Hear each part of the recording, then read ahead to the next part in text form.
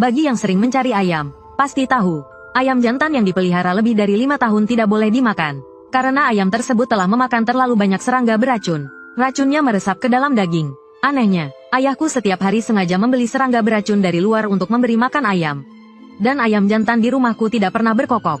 Bahkan ketika ayam jantan tetangga berkokok, ayam kami tetap diam. Mereka hanya meregangkan leher dan melihat keluar dengan putus asa. Membuka mulut mereka, tetapi tidak mengeluarkan suara. Padahal, kami memelihara banyak ayam di halaman. Ayahku tidak pernah memasaknya untukku. Malah sering memotong rambut dan kukuku untuk diberikan kepada ayam. Sejak kecil, aku tidak pernah potong rambut di luar.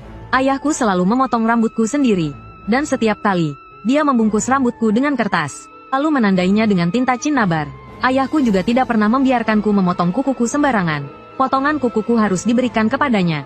Jika ada yang hilang, dia akan mencarinya setengah mati. Dan setiap kali ayahku memotong rambutku, harus dilakukan pada tanggal 15 bulan lunar.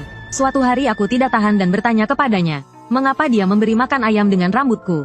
Dia menjawab dengan tenang, kamu sio ayam, dengan menambahkan rambutmu, ayam akan tumbuh lebih cepat.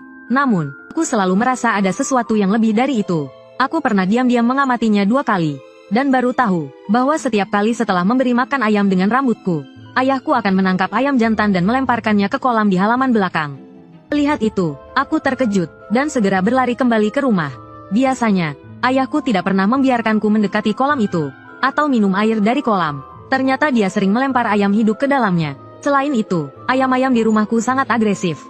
Biasanya sulit ditangkap, tetapi begitu sampai di tepi kolam, mereka diam saja, seolah pasrah pada nasib. Setelah ayahku melempar ayam ke dalam kolam, dia akan menjaganya di tepi kolam, terus menatap air, terkadang bahkan berdiri selama beberapa jam. Seingatku, ayahku terus-menerus memelihara ayam dan mengawasi kolam. 2 hal ini dilakukannya selama lebih dari 10 tahun, sampai aku berusia 15 tahun. Frekuensi ayahku melempar ayam ke kolam semakin meningkat.